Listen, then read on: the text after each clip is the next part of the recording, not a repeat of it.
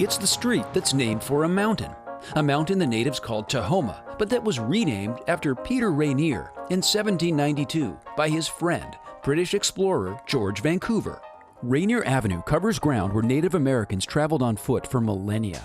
The road stretches from 14th and Jackson as far south as Renton, where it turns into a freeway that goes all the way to Puyallup. Well, it was 1891 when the streetcar started downtown, and they added stops and actually went to Rainier Beach by 1893, and then all the way to Renton. So somebody could get from downtown to Renton on Rainier Avenue.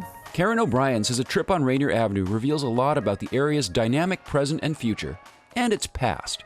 When I drive Rainier, which is probably 4 times a day, I go back in time and I see the area like I want to see it 100 years ago. From north to south, neighborhoods are spaced almost equally apart along Rainier Avenue.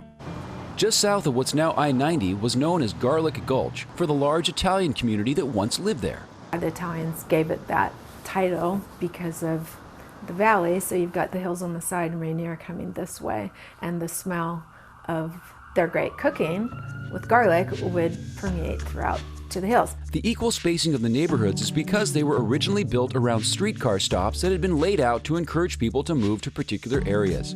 York, Genesee, Columbia City, Hillman City. Then you have Brighton. So Brighton, it was called Brighton Beach.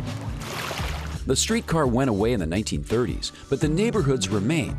And so do some fascinating glimpses of the past and the future, if you know where to look. First stop on our tour is the heart of the old Garlic Gulch at Tightwad Hill, where thrifty baseball fans could watch pro games without buying a ticket. So we've got the left field bleachers moving over into left center and dead center field right on the corner here. Right field bleachers that way towards Rainier Avenue. We've got Franklin High School right over the center field fence, and Mount Rainier over the right center field fence. Dave Eskenazi is an expert on Seattle sports history. Though it's a home improvement store now, this piece of land on the east side of Rainier at McClellan is hallowed turf, home of the baseball team also named for the mountain. Or maybe it was named for the beer.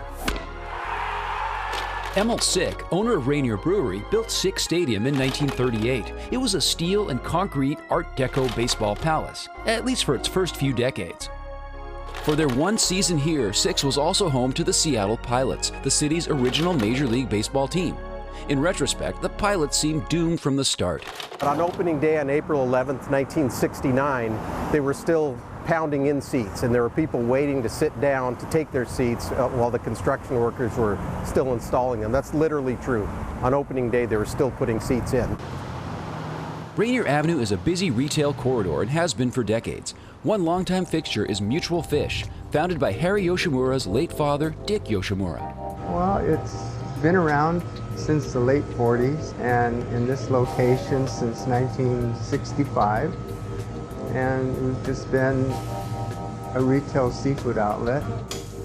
We still have probably the largest selection of different types of fish than anywhere else, because we'll still bring in things from Hawaii and East Coast and all over.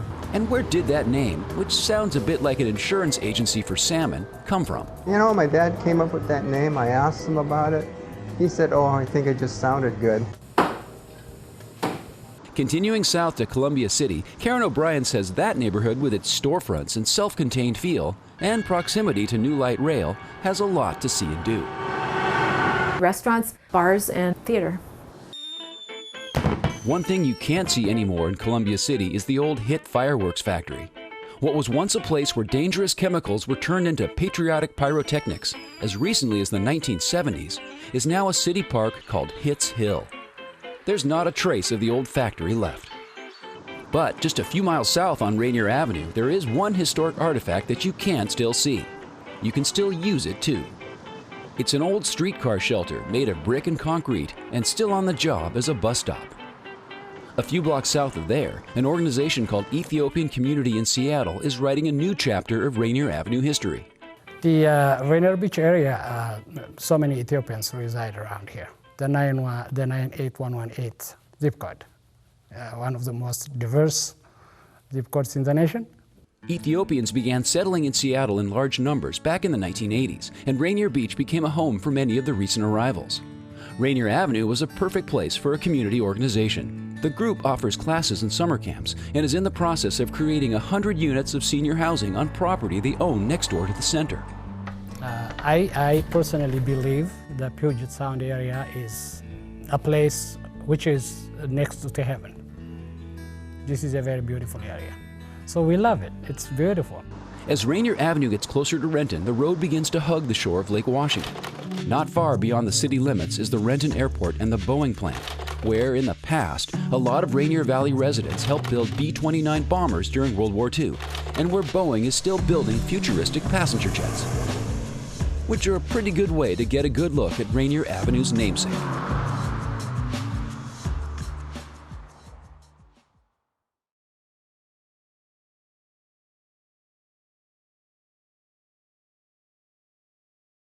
Watch CityStream Thursday nights at 7 on the Seattle channel, or get video on demand and podcasts anytime at seattlechannel.org.